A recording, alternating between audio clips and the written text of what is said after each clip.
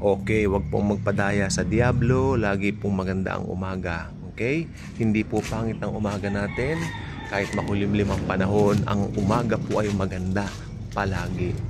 Because of Jesus who loved us, gave Himself for us. Okay? Sabi ng Biblia, ang bawat araw ay opportunity para tayo makapagpuri. At sa bagong tipan naman, opportunity to share Christ sa ibang mga tao. Huwag nating hayaan na masayang ang bawat araw without mentioning Jesus sa mga tao na nakakasalamuhan natin. Okay? So sa umaga pong ito, wala lang. Gusto ko lang pong ibigay sa inyo ang katotohanan na tayo po ay mga anak na ng Diyos dahil sa pakikipag-isa natin kay Kristo Jesus. Okay? Hindi po tayo naging anak ng Diyos dahil pinanganak tayong lahat na mga anak na ng Diyos. Yan po ay isang maling katuruan na makikita po natin sa mga palabas sa television, sa mga kung saan. Lahat daw ng tao anak ng Diyos. Hindi po. Lahat ng tao, makinig mo mabuti, nilalang ng Diyos, pero hindi lahat mga anak ng Diyos. Sapagkat napakaliwanag po sa John chapter 1 verse 12, to all who received Him. Sino yung Him na yon? Si Jesus. To all who received Him, He gave them the right to become the children of God. So, nangyari lang po ang pagiging anak na natin ng Diyos nung makipag-isa tayo kay Kristo Jesus at tanggapin natin siya bilang Lord and Savior. Nang maniwala tayo doon sa ginawa niya sa krus, namatay siya para sa atin, binayaran ng kasalanan natin, past, present, future, naniwala tayo doon. At yun po yung pakikipag-isa natin kay Christ. Sa pamamagitan lang po ng faith. Lumalakad po ang Kristiyano from faith to faith. Wala pong works na kasali. Ang works, bunga lang po ng pananampalataya natin. Kaya hindi po pwedeng i-count ang any works para ikaw ay ariing ganap o ariing anak ng Diyos. Uulitin ko, may ano po kasi man nagsasabi, lahat naman ng tao anak ng Diyos. That's not true. Mawawala ng kabuluhan ng John 1:12 pag ganon. Pero lahat nilalang ng Diyos, which is very, very true. Kasi lahat naman po ng meron tayo dito sa mundo, mga bagay, mga hayop, mga tao, lahat ng yan nilalang ng Diyos. Lahat po tayo nilalang ng Diyos. Pero, yung maging anak ka ng Diyos, meron lang isang hinihiling na kondisyon ang Diyos Ama for that. Yan ay makipag-isa kay Kristo. Panampalatayanan mo yung ginawa niya sa krus at sabi ng Biblia, in an instant, you will be saved. Kaya si Satanas gumagawa ng maraming pandaraya, tarambungin niya yung yung kaligayahan ng tao na pwede niyang makuha sa pagkikipag-isa kay Christ. Okay? Sa pamamagitan ng paggawa ng certain rules and regulations at religion. Ano ba ang religion? Religion means, sa ano kasi yan, sa Greek, ito ay religare. It means people efforting to reach God. Nag-e-effort daw ang tao para i-reach ang Diyos. Alam naman natin na wala po makagagawa niyon. Dahil ang Diyos, perfect sa standard, perfect ang standard niya, hindi po natin siya kayang abutin. That's why God became human 2,000 years ago in the person of His Son, the Lord Jesus Himself, the Lord Jesus Christ. Kaya siya naging tao para bayaran yung kasalanan ng sanlibutan. Sabi pa nga ng Biblia, yung hindi kayang gawin ng batas, what the law cannot do, God did by sending His own Son to die for our sins, to die in our behalf. Diba? So, yan po talaga. So, napakaganda po kung alam mo kung sino ka kay Kristo.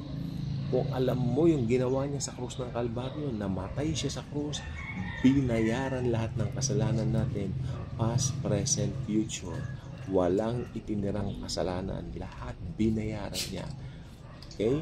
So sa Bible, all have sinned and fall short in the glory of God. Nasa Romans chapter 8 po siya, o Romans chapter 6 rather.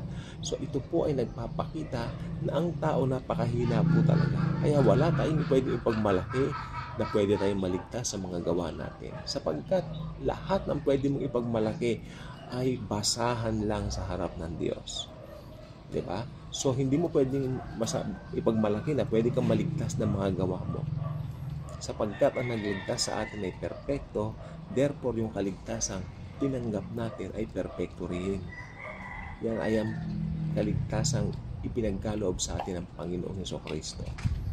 Isang bagay na hindi mapapasobalian ng kahit na ano paman. Yan ay ang katotohanan ng banal na kasulatan. We should know it. Alam dapat natin yan.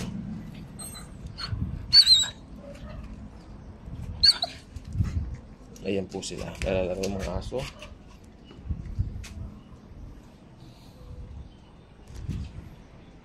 Kasi, pag alam mo yung ginawa ni Christ sa cross, na yun lamang ang tanging daan, tanging sinabi nga niya, I am the way, the truth, and the life.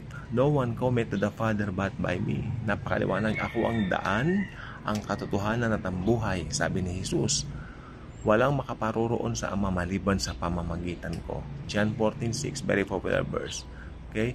That's why alam natin na ang mga tao, lahat nilikha ng Diyos.